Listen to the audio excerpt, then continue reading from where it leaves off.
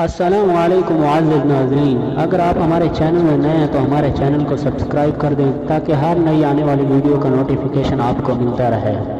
اللہ تعالیٰ نے ارشاد فرمایا، تم میں سے ایک گروہ ایسا ہونا چاہیے جو بھلائی کی طرف دعوت دینے والا اور بھلائی کا حکم دینے والا اور برائی سے روکنے والا ہو، اور یہی لوگ کامیاب ہیں۔ سورۃ آل عمران۔ اللہ تعالیٰ نے ارشاد فرمایا، تم میں سے بہترین امت ہو جنہیں لوگوں کی ہدایت کے لیے نکالا گیا ہے، تم نیکی کا حکم دیتے اور برائی سے روکتے ہو۔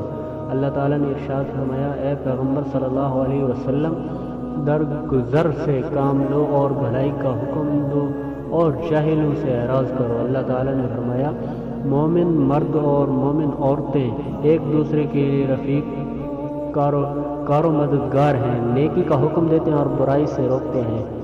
اللہ تعالیٰ نے فرمایا، بنی اسرائیل کے ان کافروں پر حضرت داؤد اور عیسیٰ بن مریم کی زبانی لعنت کی گئی، یہ اس سبب سے کہ انہوں نے نافرمانی کی اور وہ حد سے بڑھنے والے تھے۔ وہ ایک دوسرے کو ان برائیوں سے نہ روکتے تھے جن کا وہ خود ارتکاب کرتے تھے، البتہ بہت برا تھا وہ جو کرتے تھے۔ اللہ تعالیٰ نے فرمایا، حق تمہارے رب کی طرف سے ہے، پس جو چاہے ایمان لائے اور جو چاہے کفر کر لے۔ اللہ تعالیٰ کا ارشاد ہے کہ جس کا آپ کو حکم دیا گیا اس کو کھول کر بیان کر۔